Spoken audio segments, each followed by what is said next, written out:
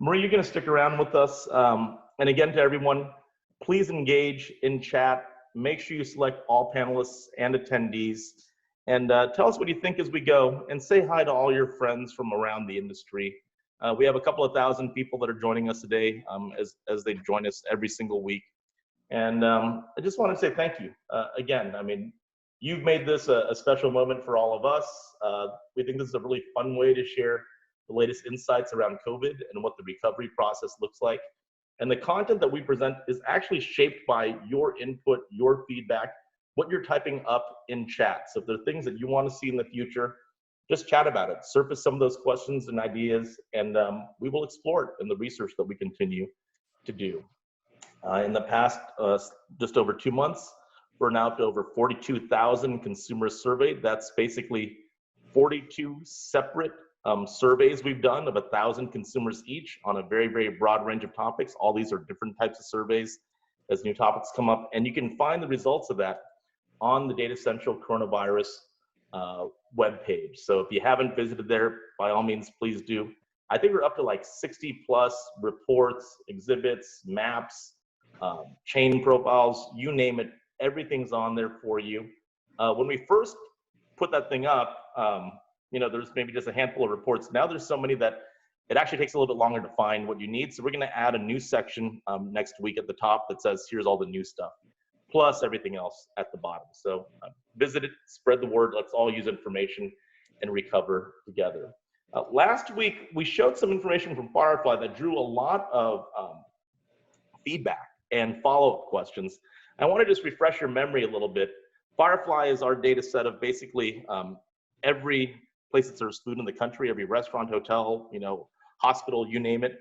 And what we saw was if you map restaurant closure rates on the one axis going from the bottom axis going from left to right, and you map it against infection rates, and each one of these little circles is a different county in the U.S. There is basically no correlation between restaurant closures and infection, right? The correlation coefficient is basically like 0. As one thing goes up, the other thing doesn't go up. So you don't see much correlation there. And then when we looked at this at the zip code level for some cities like New York, for instance, so these are restaurant closures. If you're sort of more orangish or reddish, there's more restaurant closures. You see almost all the restaurant closures in New York City or around Manhattan. That little red area is the theater district in particular. Or Chicago, the restaurant closures are centered more in that loop, sort of downtown area with all the businesses and office buildings. Or in Las Vegas, it's the Strip that's really closed down. Or Laughlin, which is another tourist town with water sports and whatnot. Or Prim, which is the city you have to sort of drive through from LA to get into Vegas. That's where you see the most closures. We sort of started to understand that the closures happen at a very, very localized level. And we developed a new metric over the last couple of days that we call the variable population ratio. This is by zip code. There's 30,000 plus zip codes in the US. By zip code, how many people work in that zip code divided by how many people live in that zip code. So if you have a high variable population ratio, that means there's a lot of sort of transient population that comes in every day for work or to you know, go to entertainment, do entertainment stuff, for instance, versus who actually lives there. And when we plotted that, right, restaurant closure rates on the same axis against the variable population ratio, we started to see a bit more of a pattern. In fact, you could see that it looks like this starts becoming sort of like a line that goes up and toward the right a little bit, certainly with some spread. And the correlation coefficient, instead of being a 0, is now a positive 0.43, where 1 means it's perfectly positively correlated. So we've actually found a moderately strong correlation between restaurant closures and whether areas have a high variable population or not. So we said, let's take a look at some of the zip codes across the country that have the highest variable population, and let's see what do restaurant closure rates look like in those zips. And here they are. I think this is like the top 20 or 25 zip codes across the whole US with the highest variable population ratio, which is that green column over here. And you can see the restaurant closure rate. Nationally, the restaurant closure rate is about 11.5%. And you can see the restaurant closure rate in each one of these zips. So I don't know some of these areas particularly well. I mean, the Chicago Loop, I get it. That's downtown Chicago, the Las Vegas Strip, a lot around Manhattan. For any of you in some of these other areas, I'm not really sure what the Lodo district is in Denver, but I'm assuming that's probably a place where a lot of people sort of work in office buildings. So if you see some areas here that you're personally familiar with, if you want to just put it up in chat and comments and let us know more about that, that would be great. The point is, look at the restaurant closure rates. They're almost universally much, much higher in these areas than they are across the US. And the thing that seems to drive restaurant closures more than anything is basically restaurants close when we just evaporate a whole bunch of people from the economy, right? No one's coming into an area to work during the day, then they're gone. And the restaurants can't survive. It becomes an economic phenomenon, more so than a public health phenomenon.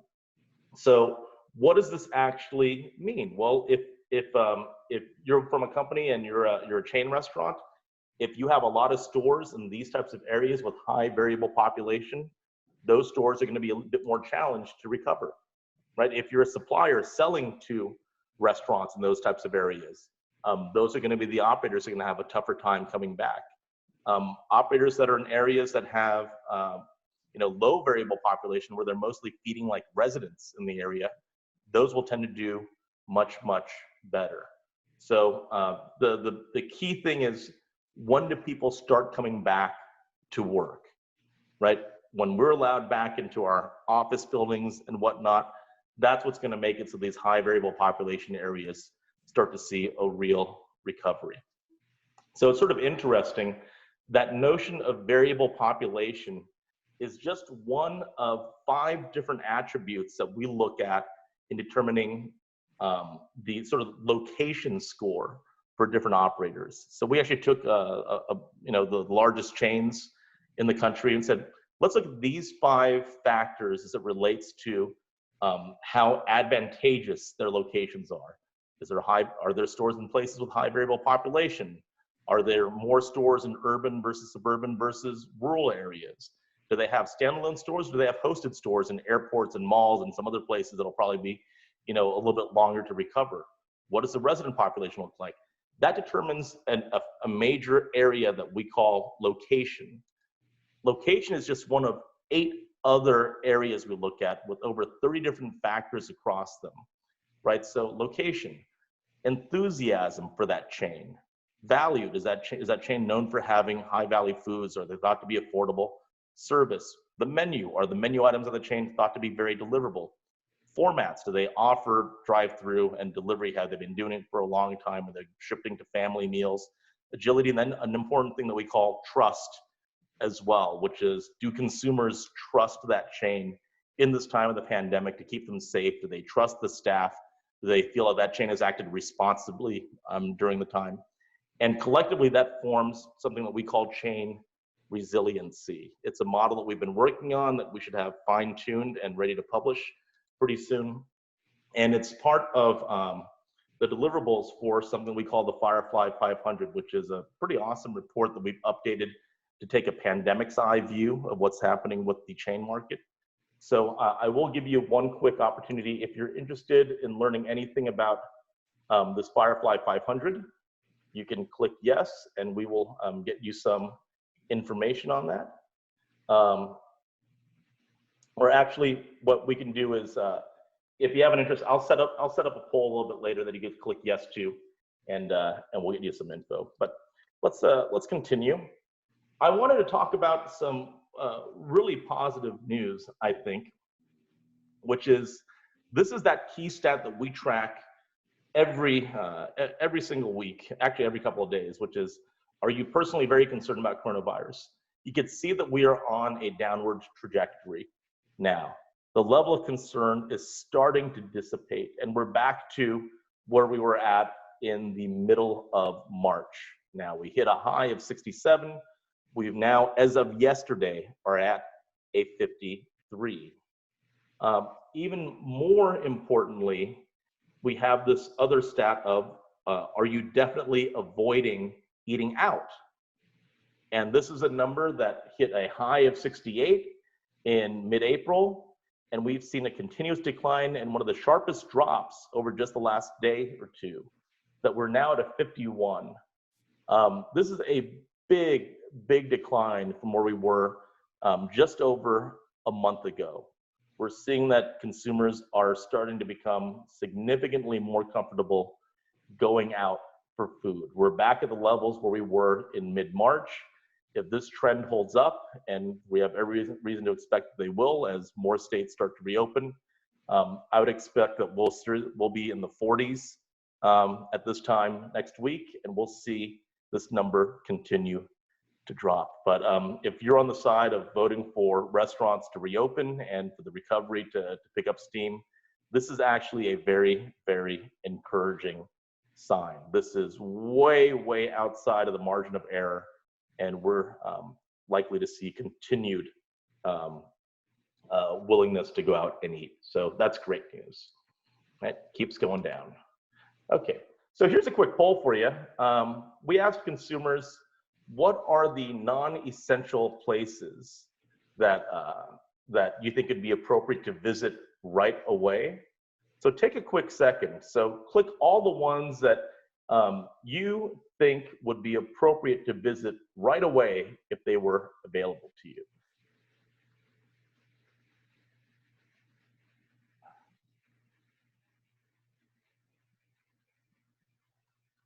And we'll see, we'll get up to, we'll give it like another 20-30 seconds. Yeah, some of the panel or some of the attendees think you got a haircut. Is that true? No, I have not gotten a haircut. And this is what happens when you put like an entire tube of hair gel in a Chinese man's hair. It ends up looking like this. You could probably see like my mullet peeking out behind my neck a little bit too, which is particularly embarrassing. But you know, my friend joined the webinar last week when I was wearing my beanie, and he told me that I looked like a fat Smurf, and that did not make me feel very good. So I decided to go with the hair this time instead. Okay, that is a minute of polling. We have about 1,100 responses. Let us see. So we think public parks, libraries, and beaches are good to go. We think salons and barbershops are good. I wonder if I biased that salon and barbershop vote by virtue of my hair here. And then restaurants, and then you can see the rest. Not many votes for theaters, bars, nightclubs, lounges, food halls. Let's see how we compare to what people say. So people say public libraries, parks, beaches, #1. Retail shopping malls were #2, but they were further down our list. Then salons and barbershops, which sort of mirrors what we have here in our voting. And then you can see a lot of the different food options, and the one that's sort of lowest are bars and nightclubs. So we're not that different, although the general consumer population gave a little more weight to retail stores and shopping malls than we did. I think what's worth noting over here is the question is, what's appropriate to go to right away, like ASAP right now? And we're not getting majority votes over here, but I think these numbers are poised to start changing pretty rapidly. What you really want to look at is the relative rankings of these. So restaurants are a little bit further behind, you know, public spaces, but I think all these numbers will grow in the periods ahead. So the question too then becomes, well, what do you consider safe? Or put another way, what do you consider to be not risky at all? And here's what consumers tell us. Yeah, restaurant takeout, I'm good. Restaurant delivery, I'm good. But as you go further down the list, you can see where there is some perceived risk, right? The notion of assembled to order food, sort of like where you, like a fast casual place where you go in the line and then the staff puts together, you know, your food, your sandwich, your bowl, whatever, in front of you, is thought to be, I guess, riskier significantly than getting takeout or delivery. As we go further down the list, you can see that buffet restaurants are obviously the most perceived to be risky. All that self-serve stuff, essentially. Now, if you break that out by generation, you start seeing some interesting things, right? So first you see that the level of perceived risk for these sort of self-service or staff service cafeteria line options tends to be higher with boomers, and Gen Zers are more likely to say, oh yeah, that's not risky at all. And you can see how sort of extreme that trend is, right? Grocery salad bar or soup bar, sort of like at the in-store deli. 34% of Gen Zers say, yeah, I'm good with that, no problem, versus just 9% of boomers. A salad bar restaurant, same type of trend. 32% of Gen Zers say, I'm good with it. Boomers, not so much. Buffet restaurants, same type of trend too. You know, I wanted to detour last week, and I'll talk about the metagame right now. We had about 33,000 words in chat. I'm hoping that we will be a particularly loquacious group today and try to beat that. But actually, our all-time record is 38,000 words in chat, which was achieved 2 weeks ago. So tell us what you think as we go through these stats and share your ideas with everybody else. And most of the chat we get is really great and very instructive and very insightful. And again, it actually does sort of navigate how we do this research going forward. We also got some weird ones in chat last week, like this type of quote. I'm not really sure what to make of this, and I probably will not know how to edit our content going forward. But we had, you know, like books being quoted last week. But anything short of that, I think, is fantastic.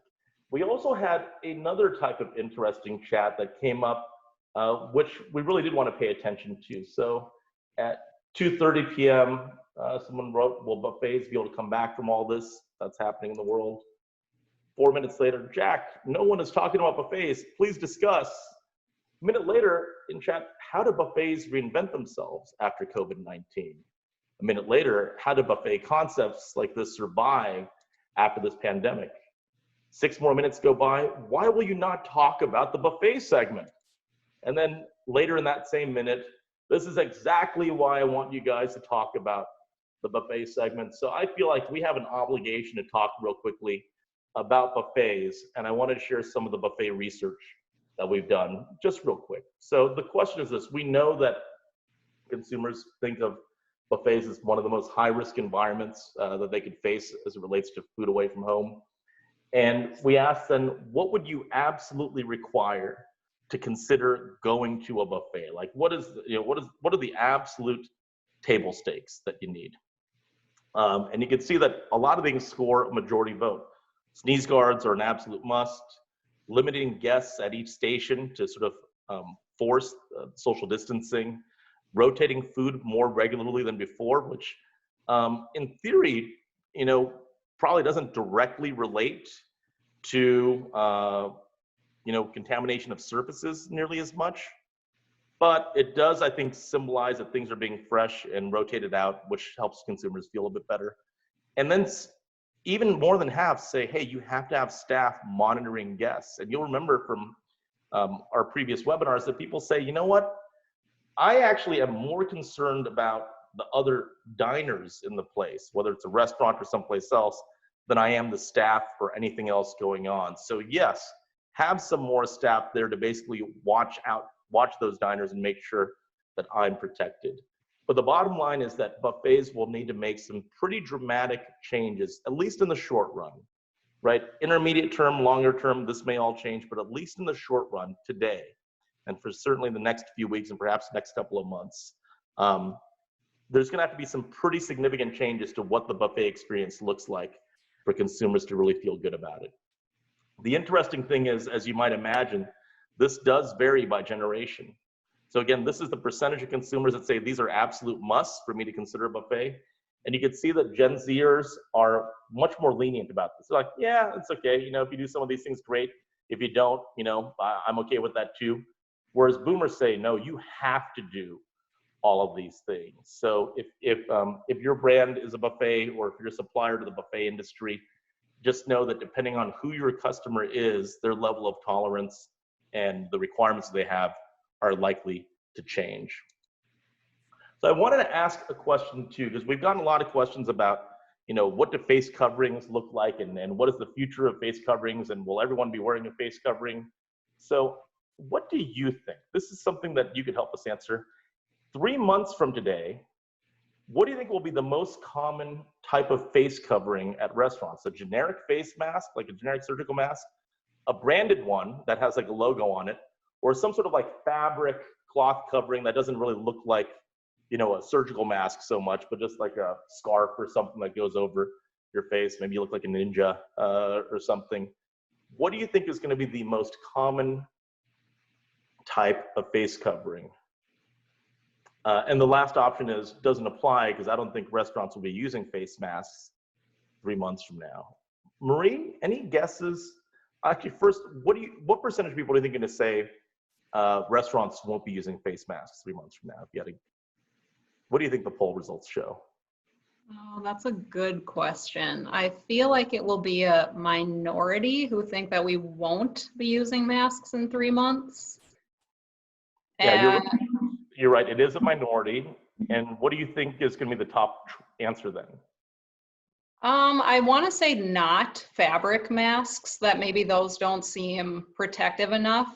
So maybe something, was there an option for kind of more of like a clinical looking mask? The clinical was number one, branded was the second choice, but the rankings, sorry, those are the options you saw. The rankings were the number one thing voted on was a branded face mask that everyone just voted on right now. So let's see if we expect to see some logos on face masks sometime soon. Just 14% of you said that restaurants won't be using face masks. I'm actually surprised. Only 11% said generic is what we're going to see most likely. I guess we'll find out. Okay, so we wanted to get into a conversation about the notion of immunity. Remember, today's topic is what consumers want, and it covers, you know, what they want from the perspective of safety, what they want in terms of food and food trends, and then also what they want in terms of health. And part of that is immunity. So here's a key question, right? Since the pandemic began, do you believe that leading a healthy lifestyle has become more important, less important, or no change? I guess not that big of a surprise that far more people said more important than less important. Only 9% said less important. I guess these are folks that are just, you know, I'm sitting on my couch, I'm just going to sort of melt into the couch for the next few months and sort of, you know, fuse myself with that and eat all the stuff I want. But about a third said, yeah, more important, and 4 times more said more important than less important. So the question is, what are the health priorities that consumers have during the pandemic as a result of the pandemic? And how does that compare to what the priorities were prior to all of this craziness? Let's take a look. So we actually had fielded some research right before all the stuff got started. Back in February, we asked consumers, what are your health lifestyle goals? So this is before the COVID madness, I guess. And those you said, the February results you see in the dark gray bars. The pink bars are from, I think, 2 days ago. So you could see a comparison between February and very, very recently, just a couple of days ago in May. And you could start seeing where things change. So there are 2 areas that people say are more important today to them than just 3 months ago, basically. But that's not that much time to elapse to start seeing differences like this. And those 2 areas are building immunity, which we're going to talk about, and cancer avoidance as well. So we have some theories around what might be driving that cancer number. It could be something to do with you know, the stoppage of, you know, elective or preventative procedures at some hospitals. It could have something to do with you know, some people losing health insurance, let's say, if they're no longer working. But we're not exactly sure, and we'd actually love your thoughts too. So if you have any theories as to what's driving that increase in avoiding cancer priority, let us know in the comments, in the chat. It's the immunity thing, though, that really is the most interesting, probably the thing that is most directly an opportunity as a result of the pandemic, and most directly speaks to how consumers are thinking differently about what food can do for them. So we're going to deep dive into that. But I did want to call out that energy is the thing that declined the most, which I guess makes sense, right? Maybe a lot of people needed energy when you're at work or you're going to school and going to classes and stuff, and you had to sort of stay awake and stay focused throughout the day. Now you're not really doing that. Now you can just sort of jump into bed whenever you feel like it and take a quick nap and no one's going to notice. but it's probably that which is driving that decline. But let's talk about the immunity piece, because it's so important.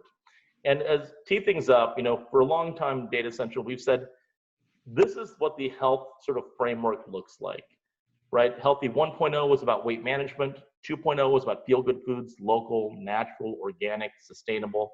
And 3.0 is about functional foods, foods that actually do something for you, that have some sort of a positive, nutritive benefit that gives you a superpower in some ways. And when we ask consumers, what are foods that you think will boost your immunity? This is what they told us. So this is the percentage of consumers that believe these various types of food items will help boost their immunity. Marie, this is your field of expertise as a registered dietitian. Does anything jump out to you when you see these numbers? I think what jumps out to me is I think it's encouraging to see that consumers are largely on point here, that they're picking foods that inherently have the nutrients that we need to help with our immunity. So those first four, the citrus fruits and leafy greens and superfoods, are all super high in vitamin C, which I think is probably the longest standing nutrient that we know helps with our immunity. And then also notably, fish is maybe 8th or 9th on this list, and it's the first animal protein that's mentioned. And fish is a great immunity food. So fish has omega-3s which help with inflammation. Fatty fish like salmon and sardines also have some vitamin D, which we know is particularly important in this time of COVID-19. So a good list, very accurate, I would say. Yeah. And then if we take the list one step further and we look at what nutrients consumers think will boost their immunity, here's what you see. And, to me, this was actually surprising that people had any idea what the heck these things even were, which means they've actually been paying a lot closer attention to food and nutrition recently than they have historically. Typically, if you ask consumers, what's the difference between this and this and this, they don't really know. But I was really sort of shocked to see how much separation there was between vitamin C and vitamin D and the rest. I don't know, Marie, if you have any thoughts on that. Well, something I think is really interesting to build on that is medical researchers would agree with consumers here. And actually a really interesting dialogue that's happening is a group of researchers are advising our health authorities to, for the first time in several years, consider increasing the recommended dietary allowance for those two nutrients in particular, vitamin C and vitamin D. So, the saying is that immunity is more important now than perhaps it's ever been. And that's enough so that medical authorities are recommending that we maybe have up to double the amount of vitamin C or vitamin D that we used to. So we'll see if that conversation continues, but right now that's a group of folks from the US and the UK, and I think Australia and New Zealand and some European countries. So is that something that's made the news much, the change in daily allowances? Well, the change hasn't happened yet. It's just a discussion that's starting. So we'll see what happens. I know for some countries, it's been longer for them that they've kind of revisited these dietary allowances and thought about how we might benefit from having more of these nutrients. So we'll see what happens. Yeah. I think also interestingly is we see probiotics on that list, which I believe more people understand today that our gut is our biggest immunity organ. So this whole notion of eating for gut health and having probiotics and prebiotics, I think that conversation will continue as well. Yeah, I love it.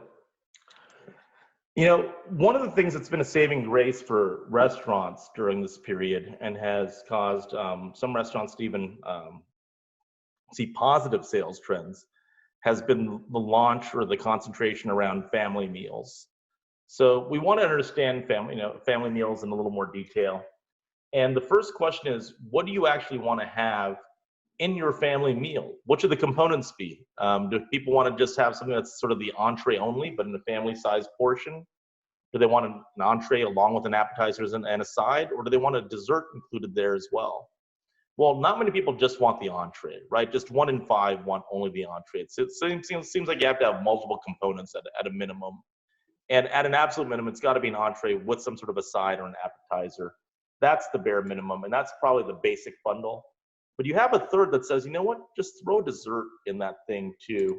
And perhaps the best way of doing that is basic bundle, entree with an appetizer side, and then have an option to include dessert as well. If you do that, you will capture the majority of the market. And in terms of the types of sort of themes that people want represented in their family meal, comfort foods, yes, are at the top of that list. And we've seen this pretty consistently, that people have pivoted toward comfort foods in the short run. Our research suggests that this is not going to be an enduring long-term phenomenon, that there will be a return to other types of foods. And you start seeing it already here, that build your own foods, where you're like customizing your own burrito or bowl or sandwich, or sort of like building an item from the ground up. That's super popular, as well as healthy options too. So look at this. Healthy, better for you in the context of a family meal scores higher than indulgent foods. But we know from all the other research we've done that when we say, hey, when you finally go back out into a restaurant for the first time, do you want something healthy or indulgent? The vast majority said indulgent. But in the context of a family meal, it's something for the entire household, preference tilts back toward healthy. And that might be something we can exploit, because as we look at the family meals that a lot of chains have done recently, there aren't that many sort of explicitly healthy options in there yet. But it seems like there's certainly some appetite for that. So again, while comfort's at the top of the list, remember that appetite that we have as Americans is very, very diverse, and there's lots of opportunities for more types of family meals going forward. Let's look at this demographically by generation 4-bit. So Gen Zers, less interested in comfort foods. Boomers, less interested in those build your own. Millennials are the ones that really love those build your own platforms. Healthy peaks with millennials and Gen Xers. Indulgent also peaks with millennials and Gen Xers at the opposite end of the spectrum. So you see a bifurcation there. Trendy foods, more with millennials than any other group. And this actually is very consistent with what we've seen about consumers overall, that millennials are the peak generation for folks that really want to try trendy stuff. Like for a long time, it looked like, oh yeah, you know, each subsequent consumer generation, they're all more progressive than the last. It's not true. Millennials were the peak of that. Gen Zers are actually a little bit less trend forward than millennials are. Gen Zers like things that are interesting, unique, and a little wacky in some cases, but the stuff about like trying food and being a real foodie and saying, oh, I know about this ingredient or that ingredient, I want the chef inspired or the artisan thing or the handcrafted thing, that tends to peak with millennials the most. And we've seen this consistently in lots of research we've done. There you go, chef-inspired upscale foods, millennials. Specific diet foods, something that, you know, if you're on a certain type of diet, paleo, ketogenic, more Gen Z and millennials, and meatless and plant-based option, more Gen Z and millennials as well, all within the context of a family meal.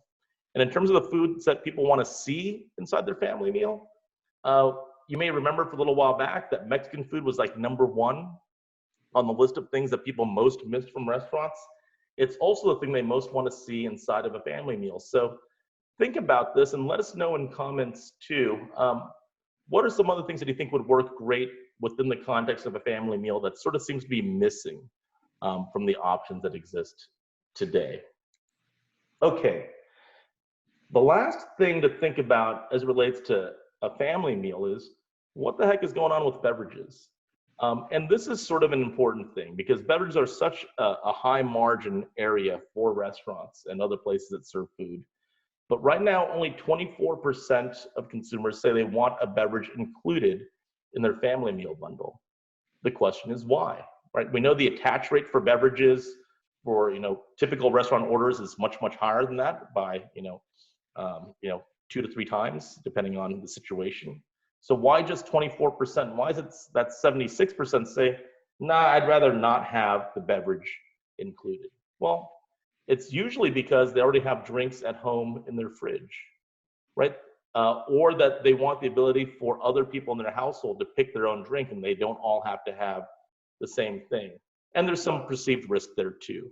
But it's really more about the variety that already exists at home and the lack of ability to choose different varieties for different people in the household. And these are barriers that can be solved, right? So think about the types of drinks people have in their fridge at home. They usually don't have like the coolest, craziest, most trendy type of thing out there. There's probably a real opportunity for restaurants and other places that serve, family meals to go, to have more interesting drinks that you don't already have at home. There's probably an opportunity to do this in more single-serve bottle and can format, so that each person in the household can have their own sort of cool thing to drink as well. So I think we'll expect to see some of these innovations happen in the beverage space in terms of just what's offered by restaurants available to go in the periods ahead. So I think that's good news. Not a lot of people say they want beverages right now, but the reasons they don't want them are things that are totally solvable with variety and innovation. And that takes us to a conversation about food and food trends and what it really all sort of means. What is the stuff that we all just want to stick into our mouths as the economy reopens? That looks sort of delicious, I think. We have a platform that we call Scores, which is literally every new menu item that launches at chain restaurants, tested by consumers as they launch. And it's also a platform for restaurants and other places, manufacturers, to test your new menu ideas and benchmark them. And I wanted to share some information that we've learned looking at the Scores data as it relates to the pandemic. And Jana's going to take us through some of the things that we've learned.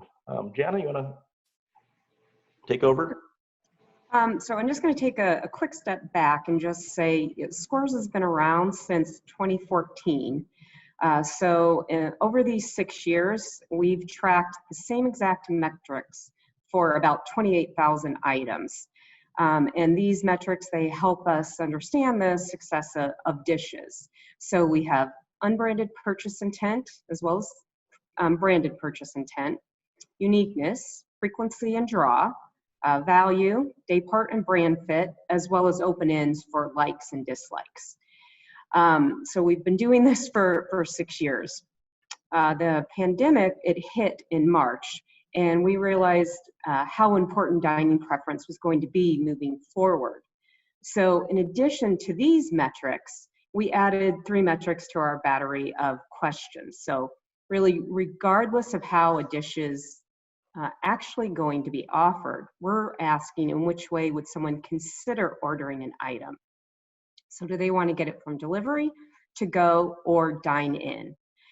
So we put this into place in the middle of March, and there has been a little bit of a slowdown of item releases from the major chains, but really not a ton. There's still a lot launching. So in fact, since the middle of March, we already have results for over 400 dishes between March and April. So normally in 1 month, we would have about 400 items. It took us about a month and a half to get there. So things are launching, but at a slightly slower pace. Jack, you just flipped here. So this is going to be across all different types of dishes. Consumers have told us if they consider getting an item, right? So either delivered, to go, or dine in. So the pink here is going to be delivery. The blue is to go, and then the green is dine in. So, I think the finding, right away we see the appeal of having an item delivered is just lower than to go and dine in across the board. Yeah, and we want to dissect these numbers a little bit further. So keep in mind what we're seeing here is how people rate the specific new menu launches that have happened in each one of these segments. They're not rating the segment overall. They're rating the 100 or so, QSR items that have launched in the last couple of months, the 100 or so fast casual items that have launched in the past couple of months. And we wanted to really dissect this a little bit further and start with the delivery numbers. So again, the numbers that we're looking at here are what is the average delivery appeal for the items launched in each one of these different types of restaurants over the course of the pandemic so far. And the thing that was incredibly striking to us is the difference between the high and the low as far as delivery goes is virtually non-existent at the segment level. Now, when you get down to the individual specific dish, like maybe there's a pizza that people think is like super deliverable, and there's, you know, an ice cream sundae, which is thought to be super undeliverable. But on average, the types of things that are being offered in various restaurant types, there's not a lot of peaks and valleys when you look at that in aggregate as it relates to, does it sound like something you would order for delivery specifically? But what if we look at some of these other ways you could have food? What if we look at to go, which are the blue ones, and we look at the highest segment in terms of average to go appeal for all the items that it's launched in the last couple of months, which is QSR, versus, you know, imagine the types of items that you'd find launched at a fine dining restaurant. People actually get, oh wow, some of these things totally make sense to take to go.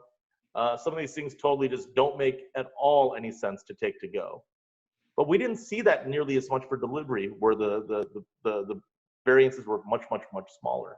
For to go, the variances are huge, right? And then you have dine-in, which is in green, and you have a reasonable level of variance there as well. So think about that for a second. The perceived deliverability of different foods by segment is not thought to vary that much. But the perceived to-go appeal is really, really varied from one segment to the next. And the perceived dine-in appeal, which we see here in green, is also pretty varied. But it is to-go that has the most variability in all of this. There's something to be said about that. As consumers go out and not just get food delivered, but take things to go, the question becomes, how do we make more things that they don't think of as to-go foods feel like to-go foods? But to understand that, we want to look at this by type of item. So these are those same 400 plus items that have actually launched to chains in the last couple of months. And by the type of item, what their appeal is for delivery versus to go versus dine-in. So pink is delivery, blue is to go, green is dine-in. The first thing you'll notice is that almost regardless of the item type, delivery appeal is lower across the board. The one place where it's not true are the pizzas that have launched, which totally makes sense because we think of pizza as a delivery food. For every other type of item, delivery appeal is substantially lower. And this is actually sort of interesting. Not only is delivery appeal substantially lower, but the peaks and valleys are not even that extreme, right? That pink line, other than pizza, is more or less sort of flat if you look at it. This is different than what we used to see. Back when third-party delivery was first getting started about 4 or 5 years ago, and we asked people what type of food travels well, you saw much more dramatic peaks and valleys. They would say, oh yeah, you know, wings really travel fantastic, but pancakes are really, really terrible, you know, for delivery. Here, it's all sort of flattened, where I think some people have had just poor delivery experiences overall, which has driven the entire delivery number down for almost every single category, save pizza. So that's the first thing to think about. Delivery is just not as appealing. Let's look at the other two lines, the blue one and the green one, blue for to go, green for dine-in. It's really interesting how they sort of crisscross a little bit, right? That they're not the same line whatsoever. In some ways, they almost look like mirror images in many respects. Where you see something like breakfast sandwich or non-alcoholic beverage, these are things that consumers say, oh yeah, that is totally a to-go item. Like, I wouldn't even want to eat that there. That's like, you know, that's just something where the item itself, regardless of who's serving it up, that just sounds like something I should take to go. That does not sound like a thing where I should be sitting down and having it someplace else. Versus items like alcoholic beverages, for obvious reasons, but also items like pasta. People say, you know what, that is an item that I need to eat at the place where it's being served, regardless of where that is. That could be at a casual dining restaurant. It could be at a QSR or fast casual. They say a pasta thing is, I gotta be there to actually eat it. Now, I would challenge you to ask yourself, why is that the case? What is it about pasta that makes it not suitable for to go? And is that something we could solve? We saw earlier just now that Italian food was one of the top things that people want to have in a family meal to go, right? But here, to go appeal for something like pasta is really, really low. This seems like an opportunity for us to sort of solve as an industry, and some other item types too, not just pastas, but it could be the packaging that you put it in. It could be whether it's in a bowl format, maybe as well. It could be other things too, but what do we do to take some of these things that consumers have traditionally associated it as just sort of dine-in foods or dine-in experiences and make them to-go friendly? I think that's a worthy challenge for the industry and something we should all undertake together. If we're going to be at 50% capacity in dining rooms for a while, let's find a way to take some of those delicious things that people love and offer them up in other ways that people see as reasonable to-go options too. So I wanted to give you a couple of examples. So here are some of the 400 items from the last couple of months. We have a honey butter chicken biscuit from Wendy's, which is awesome. They got breakfast launched, which is fantastic. They have the hook and catch special from Joe's Crab Shack, and here's Nashville hot wings at Pizza Hut, and you can see what the ratings are for delivery and to go and dine in for each. So for the honey butter chicken biscuit, huge to go appeal, right? People that want it say, yeah, this is something I would totally take to go. Hook and catch, yeah, but you better eat that thing there, right? There's not a big number for delivery. There's not a big number for to go. This is a dine-in type of thing. Versus Nashville hot wings, keep in mind, delivery appeal is sort of lower across the board for all items, but this is one of the highest delivery appeal items you could find, partly because of the format, right? And partly because people have just been trained that wings are a delivery food, perhaps. So there's a lot more actually disparity in these numbers than I'd expected to see when we launched this battery of questions. I thought they'd all be sort of similar across items. Not at all. There really is a lot there. So it's a good way of thinking about your menu too. Just how deliverable is it? How to go friendly is it? And are there items that people only think of as dine-in that you could find a way to sort of pivot, transition, do something with packaging and make it appealing, whether it's a family meal or some other to-go format. So when you think about trends, we think about this. There are all these trends that were happening. Then all of a sudden, COVID comes, stops them. The question is, will those trends sort of just, die on the vine, or will they continue? And I'll ask you a question. So what's going to happen? Will the things that were trending before COVID, will they continue and pick up where they left off, or are they just sort of done? So we'll give it a couple of seconds. We'll see how many votes that we get. Is it game over, or is it a continue thing? And I will give you the right answer, or what we think is the right answer, in just a moment. All right, we're at about 800 votes already, so I'm going to go and show you what you said. So you actually voted about 2/3. Actually, we're at 1,000 votes now. That's pretty good. So you're at about 2/3 voting yes, the trends will continue, and 1/3 voting no. We actually think the answer is, in fact, yes, that trends will continue. Because if you look at the chart on the left, we asked consumers, if this was a trend you were interested in before the pandemic, regardless of whether you're engaging with that trend now, do you think you'll be interested in this trend after the pandemic too? And the numbers are big, upwards of 90% for many of these categories. They're just basically universally large. And what we learned from 2008 and 2009 is even when there's a slowdown and people retreat back to comfort, they very quickly bounce back and start looking for trends again. So I think we will see that happen. And Jan is going to talk a little about some trends themselves. Yeah.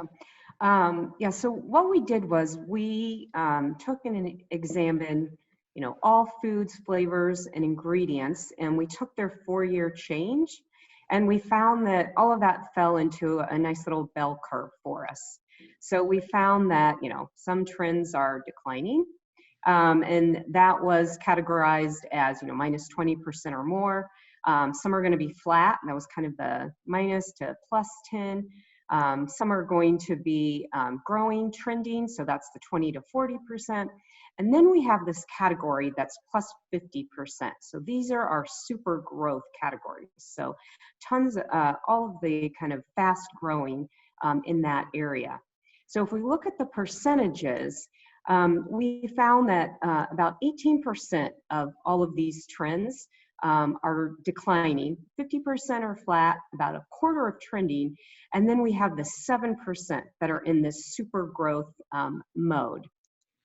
So we can do a little bit of math here. We can do the calculation, and if we take, all 5,000 items, basically anything that we can eat or drink, we multiply it by that 7%, we see that there are over like 350 trends to choose from. So there's just tons of options of different trends that are out there. A lot of times people say, what's the next Chipotle? What's the next sriracha?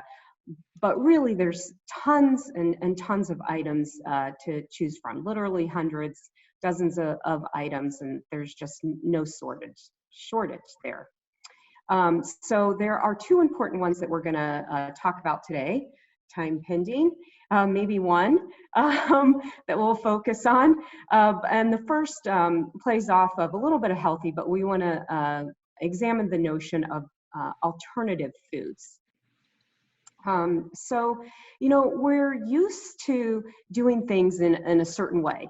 And really, we're finding that's been turned on its head. And there are tons of ways for us to think about items. So we've taken, classic items and changed them up. So, at the beginning when they were introduced, we're like, well, that's odd.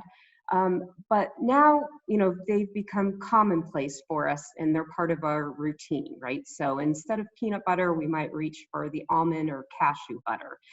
Instead of cow's milk, we might want almond milk, or ultra popular oat milk, which it wasn't even on the shelves for some time, it's so popular. But really the list can be endless. So a lot of these items, they might have sounded strange originally, but now there are new normal and available everywhere that we're eating and shopping. We have a couple examples here. And everyone is familiar with these things: almond milk, almond butter, quinoa, and they're growing at a super fast rate. There's a lot of reasons for these growth. We're really turning things around. People are looking for functional properties. So it might be plant-based superfoods, but they're really considering ways to embrace foods that are going to, as both Marie and Jack were talking about, improve our immunity, fight inflammation, help our gut health. And, we're asking, what can foods do for us? So, anything is possible right now, and everyone's expectations, they've been turned upside down. Things in the past, we were like, no way. And we're just opening the door to, new experiences. So, what a certain food, what we thought it was going to be defined as, there's just new alternatives to that. So we have a couple minutes. I think the other important we want to talk to is drinks. And in fact, I saw in the chat when Jack was like, hey, people aren't getting drinks delivered. People are like, well, why not? What's going on there? I think we're going to see a lot of inventiveness around drinks, similar to what we saw leading into the pandemic. That trend is going to, continue to happen. There's a host of different types of drinks. Many of them on, that health and wellness track. So something like kombucha, we've seen, strong growth for boba, which we find in bubble teas that are basically, healthy smoothies made of fruit, or, something like cold brew that's really been driving the growth of beverages in the recent past. So it's a great time for beverages. There's lots of opportunities here. I feel like Jack covered a lot of this in what he just talked about, but we're competing with the fridge. Our cans and bottles, those are going to be, clean, there's sanitation, they're great for those to go and delivery. We're hoping that those can be, easily customized. We don't want to bog down the kitchen with anything, but, a seasonal flavor like, watermelon. It's fresh, it's nostalgic, it's refreshing, right? So those are great for, adding to, teas and lemonades and such. And also, we see this interest in, boosting our immunity, helping fight off cancers. And, they're a great launch pad for different functional ingredients. Turmeric and matcha are a couple examples we've been seeing in, teas and juices and smoothies. So really across the board, those are great Yeah, ingredients. it's a great thought, Jen. And if you think about functional foods, to many consumers, it starts with beverage. So to the extent that people say, hey, coming out of the coronavirus, I want to boost my immunity, they will often be looking for beverages as the first place to do that, which is another reason why we think beverages and new types of beverages. Orange juice, right, exactly. Juices are a great place to start. Yeah. So with that, we are at the end of the hour. You could probably tell that we started speaking a little bit faster at some point. I apologize. We did not time it as perfectly as we'd like to. I even went and tried to put together a poll in the midst of all this. And let me see if I can do this correctly. But I did want to remind you that you can go to the coronavirus webpage on the Datassential site, and that's where you can get all the information that you need on all of our reports. I think at this point we have 60+ reports, and that stuff is updated literally every single day. So I talked before earlier about the Firefly 500, which is information on the top chains, along with our new chain resiliency score. So 8 major areas, 30 different factors on how well each chain is likely to bounce back or poised to bounce back from the pandemic as stores reopen in full, as the recovery effort happens. Do they have stores in the right areas or the wrong areas? Are they in certain types of states or others? Is there a high variable population ratio? What do people think of the menu and its deliverability? Do they trust the chain to do right by them and keep them safe? And a number of other measures. If you have an interest in that, we'll get you some info. Just hit yes. If you're not, just hit no or don't hit anything at all. And with that, again, we just really want to say thanks. I mean, this is a lot of fun for us to do. I know today we probably crammed a little too much information into the hour, so thank you for bearing with us. But we actually have extended this webinar series. This was originally going to last until next week, but we have so much more material to cover that you now have additional, at least several more that you're already registered for if you're registered for this one. The thing that happens though is you do not automatically get an update in your Outlook calendar or whatever calendar software you use. So you may have to just go and take like this same link and just create a new calendar reminder for yourself. Every Friday, 2 p.m. for the next several weeks. We're gonna do this at least through June, perhaps beyond that as well, as long as there's still new news to report on. And just put it in there because we cannot for the life of us figure out an easy way to send you those reminders ourselves. Again, thank you very much. And we will see you in just a few days. Oh, and I did want to announce last week, again, we got to 33,000 words in chat. That was our second all-time best. We'll see what we get to this time. And if you have topics you want us to cover next week or the week that follows, just let us know. We are here for you. Thanks very much and have a fantastic weekend. I hope you all go do something fun this weekend. I think it's time that we all enjoy ourselves a little bit. Thanks, everyone. Jack, I think we're going to have to search to see how many people commented on your hair and your new mullet style. It was a lot. That's going to be the best follow-up here, I think. Well, I feel like I'm like Jack Exotic now or something. We all have to be known for something, so if that's yeah, it. that's probably not the best thing to be known for, but if it is what it is, I guess I'll take it. For those of you that are still with us, we have an awesome webinar next week. Mike and Renee are joining us again to talk about the latest things we're seeing from restaurants as we really get underway with the reopening process. I actually bought like elastics or like, I don't know what you call it, like a headbandy type of thing that it sort of pushes my hair up. And then I bought this like face covering thing too. And when I have that thing down there and this thing on, I look like a ninja, which is actually sort of cool. And I'll like turn on Zoom and look into the camera and I'll say like,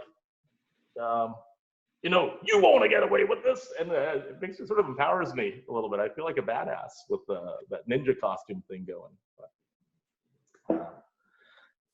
It'll help you fight off large ducks and miniature horses. Yeah, There you you know, I go. think what needs to happen is, I really do. I bought clippers. I got them off Amazon. I've had them for 3 weeks. I'm scared to use them.